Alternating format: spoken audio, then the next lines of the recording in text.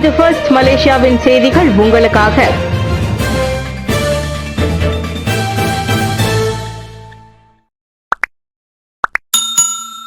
மைகார்டு மைகாஷி மூலம் மானிய விநியோகம் அரசாங்கம் ஆய்வு.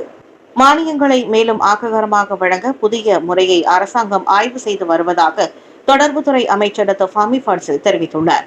அவ்வகையில் மைகார்டு மற்றும் மைகாஷி முறைகளை பயன்படுத்தி இலக்கிடப்பட்டோருக்கு மானியங்களை வழங்கும் திட்டம் பரிசீலனையில் உள்ளதாக அவர் சொன்னார். இந்த பரிந்துரை தற்போது நிதி அமைச்சால் ஆய்வு செய்யப்படுகிறது. ஆய்வறிக்கை பின்னர் அமைச்சரவையின் பார்வைக்கு கொண்டு செல்லப்படும் என்றார் அவர். தேசிய பொருளாதார நடவடிக்கை மன்றத்தின் கலந்துரையாடலில் இந்த யோசனை வந்ததாகவும் உண்மையில் உதவி தேவைப்படுவோருக்கு மானியம் சென்றடைவதை உறுதி செய்வதே இதன் நோக்கம் என்றும் ஃபாமி கூறினார். மைகார்டு பயன்பாட்டின் மூலம் ஏற்கனவே சில எரிபொருள் மானிய திட்டங்கள் செயல்படுத்தப்பட்டுள்ள நிலையில் இந்த புதிய முறை மேலும் மேம்பட்டதாக இருக்கும். இந்த திட்டம் செயல்படுத்தப்பட்டால் மானிய விநியோகத்தில் வெளிப்படைத்தன்மையும் திறமையும் அதிகரிக்கும் என அமைச்சர் நம்பிக்கை தெரிவித்தார். உணவகத்தில் வன்முறையில் ஈடுபட்ட இறைச்சி வெட்டும் கத்தியுடன் போலீஸ்காரரை துரத்தி சென்ற ஆடவன் கைது. இறைச்சி வெட்டும் கத்தியை கொண்டு போலீசாரையும் பொதுமக்களையும் தாக்க முயன்றதோடு அவர்களின் ரோந்து கார்களையும் சேதப்படுத்த முயன்ற ஆடவன் ஒருவனை போலீசார் கைது செய்துள்ளனர். பட்டப்பகலில் நடந்த இச்சம்பவம் குறித்து விளக்கம் அளித்த கோலலங்கட் மாவட்ட காவல்துறை தலைவர் சூப்பரிண்டென்டென்ட் முகமது அக்மல் ரிசால் பின் ரட்சி, தெலுக் பங்லிமா காராங் பகுதியில் தெலுக் மெங்குவாங் வட்டாரத்தில் நேற்று பிற்பகலில் கத்தி ஏந்திய ஆடவனின் ஆவேச நடவடிக்கை காரணமாக ஒரு உணவகம் சேதமடைந்ததோடு பொதுமக்களின் வாகனங்களும் பாதிக்கப்பட்டதாகவும் தெரிவித்தார். இதையடுத்து அவ்வாடவனை போலீசார் விரைந்து கைது செய்தனர். நேற்று பிற்பகல் சுமார் 3:30 மணிக்களவில் தெலுக் பங்லிமா காராங் பகுதியில் ரோந்து பணியில் ஈடுபட்டிருந்த போலீஸ் குழுவினரிடம் இருந்து அவசர தகவல் பெறப்பட்டது. இதனைத் தொடர்ந்து போலீசார் உடனடியாக சம்பவ இடத்திற்கு சென்று நிலைமையை கட்டுப்படுத்த முயன்றனர். அங்கு சென்றபோது ஒரு உள்ளூர் ஆடவன் இறைச்சி வெட்டும் கத்தி மற்றும் பிரம்பை ஏந்தி மிகுந்த கோபத்துடன் அட்டூழியம் புரிந்து கொண்டிருப்பது கண்டறியப்பட்டது. அவன் திடீர் தாக்குதல் காரணமாக அங்கு இருந்த பொதுமக்கள் அச்சத்துடன் ஓடி தப்பியதாக கூறப்படுகிறது. அது மட்டுமின்றி போலீசார் சம்பவ இடத்தில் அவரை கட்டுப்படுத்த முயன்ற போது அந்த ஆடவன் கத்தியால் போலீஸ் அதிகாரிகளையும் ரோந்து கார்களையும் நோக்கி தாக்க முயன்றுள்ளான். இதனால் போலீசாரின் பாதுகாப்புக்கும் பொதுமக்களின் உயிருக்கும் கடுமையான அச்சுறுத்தல் நிலவியது. உலக எரிசக்தி நெருக்கடி மீட்சி அடைய 3 முதல் 5 ஆண்டுகள் ஆகலாம். பிரதமர் அன்வார். உலக அளவிலான எரிசக்தி நெருக்கடி முழுமையாக மீட்சியடைய 3 முதல் 5 ஆண்டுகள் வரை ஆகலாம் என பிரதமர் ஸ்ரீ அன்வார் இப்ராஹிம் எச்சரிக்கை விடுத்துள்ளார். மத்திய கிழக்கில் தொடரும் மோதல்கள் மற்றும் அரசியல் பதற்றம் காரணமாக உலக எண்ணெய் மற்றும் எரிவாயு விநியோக சங்கிலி கடுமையாக பாதிக்கப்பட்டுள்ளதாக அவர் தெரிவித்தார். குறிப்பாக இஸ்ரேலும் அமெரிக்காவும் கூட்டாக ஈரான் மீது தொடங்கிய இத்தாக்குதல்களால் வளைகுடாவின் எரிசக்தி மற்றும் எரிவாயு வளங்கள் வரலாறு காணாத சேதத்தை சந்தித்துள்ளன. அவற்றை மீண்டும் கட்டி எழுப்ப நீண்ட காலம் பிடிக்கலாம். எனவே ஒருவேளை போர் இன்றே முடிவுக்கு வந்தாலும் கூட எரிசக்தி உற்பத்தி, விநியோகம் மற்றும் விலைகள் உடனடியாக இயல்பு நிலைக்கு திரும்பிவிட முடியாது என்றார். இந்த நிலையில் மலேசியா உள்ளிட்ட நாடுகள் எரிசக்தி பயன்பாட்டை விவேகமாக பயன்படுத்தி மாற்று எரிசக்தி வளங்களை மேம்படுத்த முன்னெச்சரிக்கை நடவடிக்கைகளை எடுக்க வேண்டியது அவசியமாகும் என அவர் தெரிவித்தார். எரிசக்தி நெருக்கடியால் அதிகமானோர் பொது போக்குவரத்துகளுக்கு மாறலாம். பொது போக்குவரத்து அமைச்சு கணிப்பு.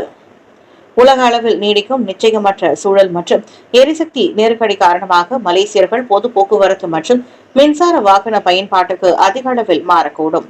மத்திய கிழக்கு நாடுகளில் நிலவும் பதற்றம் எரிபொருள் விலையில் அழுத்தத்தை ஏற்படுத்தியுள்ள நிலையில் மக்களிடையே இந்த மாற்றம் வரலாம் என்றும் இது வரவேற்கக்கூடியதே என்றும் போக்குவரத்து அமைச்சர் அந்தோனி லோக் தெரிவித்தார். புத்ரஜயாவில் இன்று நடைபெற்ற போக்குவரத்து அமைச்சின் மாதாந்திர கூட்டத்தில் பேசிய போது அவர் அவ்வாறு கூறினார். இதையடுத்து நாட்டின் பொது போக்குவரத்து முறையை மிகவும் ஆற்றல் மிக்கதாகவும் நம்பகமானதாகவும் மக்களுக்கு சிறந்த வசதியை தரும் ஒன்றாகவும் மாற்றுவதில் அமைச்சு கவனம் செலுத்தி வருவதாக அவர் சொன்னார்.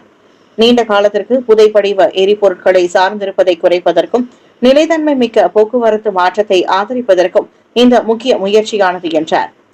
உலக சந்தையில் எண்ணெய் விலை உயர்ந்தாலும் அரசாங்கம் முடி 95 திட்டத்தின் கீழ் ரோன் 95 பெட்ரோல் மானிய விலையை 1.99 ரிங்கிட் என்ற விலையில் தக்க வைத்திருப்பது இங்கு குறிப்பிடத்தக்கது.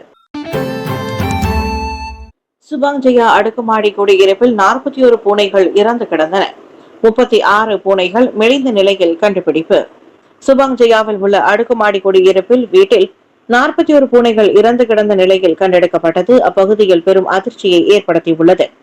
மேலும் 36 பூனைகள் மிகவும் மெலிந்த நிலையில் பலவீனமாக கூண்டினுள் அடைக்கப்பட்ட நிலையில் காணப்பட்டன. இறந்த 41 பூனைகளில் 31 பூனைகளின் உடல்கள் பிளாஸ்டிக்கால் சுற்றப்பட்டு குளிர்சாதன பெட்டியில் வைக்கப்பட்டிருந்த நிலையில் எஞ்சிய 10 பூனைகள் அழுகிய தோற்றத்தில் சிதறி கிடந்தன. துர்நாற்றம் வீசுவதாக பொதுமக்கள் அளித்த புகார்களை தொடர்ந்து ஸ்லாங்கூர் கால்நடை சேவைத்துறையின் அதிகாரிகள் மார்ச் 13ஆம் தேதி அன்று மாலை 4 மணி அளவில் இந்த குடியிருப்பில் சோதனை நடத்தினர். அவ்வீடு 49 வயது பெண் ஒருவருக்கு சொந்தமானதாகும். மோசமான துர்நாற்றத்துடன் அழுகிய பூனைகளின் சடலங்கள் இருந்ததால் கடுமையான சுகாதார அபாயங்களை அவ்வீட்டின் சூழ்நிலையில் கொண்டிருந்ததாக ஸ்லாங்கூர் கால்நடைகள் சேவைத்துறையின் இயக்குநர் டாக்டர் சுஹாசனா காலில் தெரிவித்தார். புக்கிட் ராஜாவில் போலி மைகார்டு வைத்திருந்த 46 வெளிநாட்டவர்கள் கைது. கிளான் புக்கிட் ராஜாவில் மேற்கொள்ளப்பட்ட ஒப்ஸ்ரோடா திடீர் சோதனையில் 46 வெளிநாட்டவர்கள் போலி மைகார்டு அட்டைகளை பயன்படுத்தியதன் பேரில் பிடிபட்டனர். தேசிய பதிவிலாக்காவான JPN குடிநுழைவுத்துறை மற்றும் ஆட்பலத்துறை இணைந்து நடத்திய இச்சோதனையில் 136 பேர் பரிசோதிக்கப்பட்டனர். அவர்களில் 25 பெண்கள் உட்பட 46 வெளிநாட்டவர்கள் போலி அடையாள அட்டையுடன் வேலை செய்ததாக கைது செய்யப்பட்டனர். அவர்கள் இந்தோனேசியா மற்றும் பிலிப்பைன்ஸ் நாட்டை சேர்ந்தவர்கள். சிலர் தப்பிக்க முயற்சித்ததோடு பெட்டிக்குள் மறைந்து அதிகாரிகளை ஏமாற்ற முயன்றனர். இந்நிலையில் இந்த போலி ஆவணங்களை வழங்கும் முகவர்களை கண்டறிய விசாரணை தீவிரமாக நடைபெறுவதாக JPN அமலாக்க இயக்குநர் முகமது அப்துல் அசீஸ் கூறினார். போலி ஆவணங்கள் பயன்படுத்தப்படுவது சட்டவிரோதம் அல்ல, நாட்டின் பாதுகாப்புக்கும் ஆபத்து என்றால் JPN கடுமையான நடவடிக்கை எடுக்கும் என அவர் எச்சரித்தார்.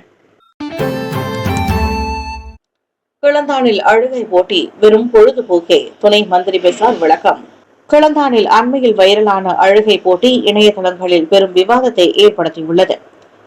செரம்பி மெகா என அழைக்கப்படும் அம்மாநிலத்தின் புகழுக்கு இது ஒரு இழுக்கு என சிலர் விமர்சித்து வருகின்றனர். இந்நிலையில் இந்த போட்டியை ஒரு பொழுதுபோக்காக மட்டுமே பார்க்க வேண்டும் என கிளந்தான் துறை மந்திரி பெசார் டாக்டர் முகமது ஃபட்ஸ்லி ஹசான் கூறியுள்ளார்.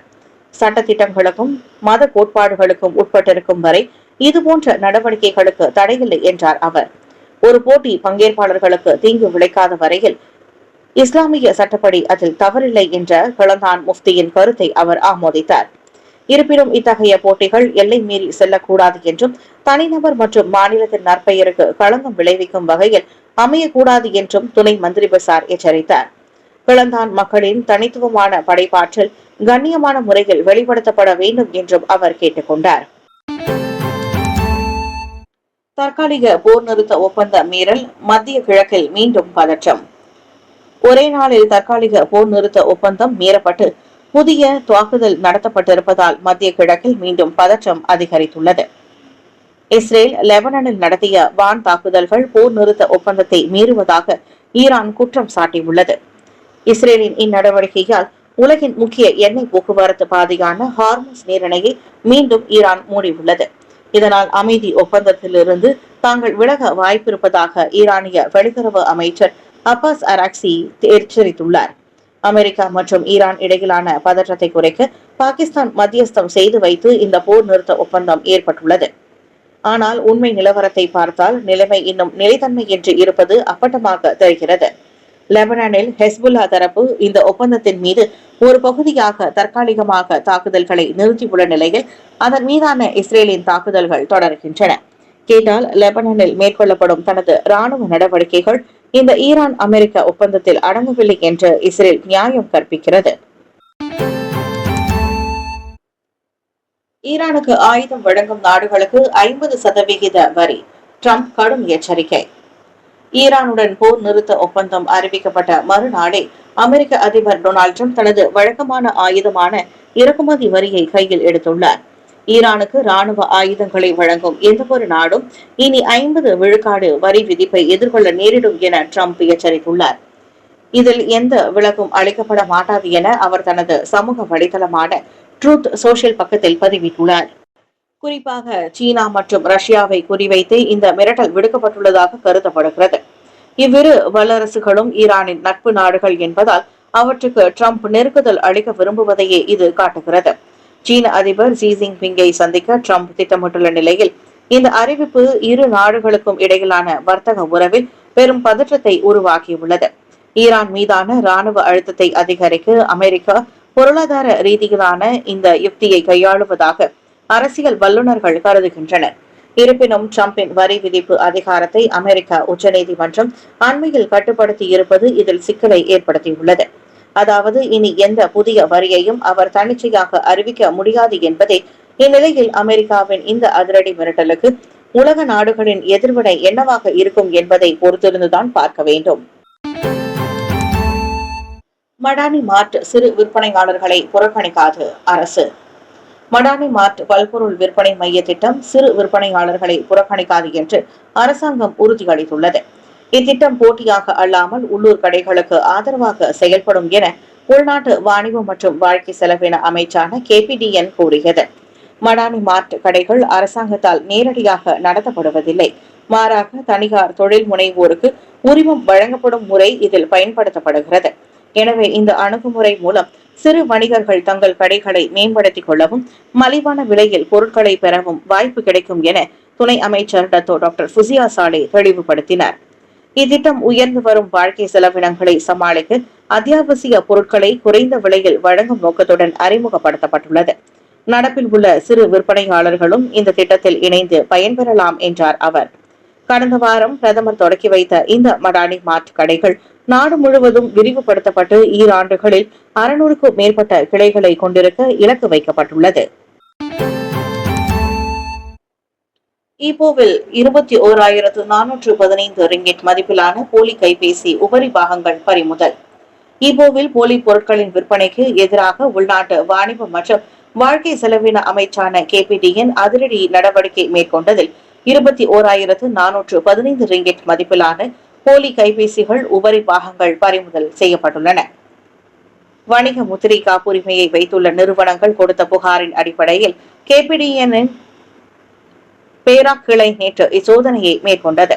ஒரு வணிக வளாகத்தில் நடத்தப்பட்ட இந்த சோதனையில் பிரபல நிறுவனங்களின் பெயர்களை கொண்ட 1000க்கும் மேற்பட்ட போலி பேட்டரிகள் மற்றும் கைபேசி திரைகள் கண்டறியப்பட்டன. அவை அனைத்தும் உடனடியாக சீல் வைக்கப்பட்டதாக பேராக் KPDN இயக்குநர் கமாலுதீன் இஸ்மாயில் கூறினார். இது குறித்து 2019 ஆண்டு வணிக முத்திரை சட்டத்தின் கீழ் விசாரணை நடத்தப்பட்டு வருவதாக அவர் சொன்னார். குற்றம் நிரூபிக்கப்பட்டால் தனிநபர்களுக்கு ஒவ்வொரு போலி பொருட்களுக்கும் தலா 10,000 ரிங்கிட் வரை அபராதமும் 3 ஆண்டுகள் சிறை தண்டனையும் விதிக்கப்படலாம். திரும்ப திரும்ப அதே குற்றத்தை செய்தால் அபராதம் 50,000 ரிங்கிட்டையும் சிறை தண்டனை 5 ஆண்டுகளையும் எட்டலாம். இதுவே நிறுவனமாக இருந்தால் முதல் குற்றத்திற்கு 15,000 ரிங்கிட்டும் அடுத்தடுத்த குற்றங்களுக்கு 30,000 ரிங்கிட்டும் அபராதம் விதிக்கப்படும்.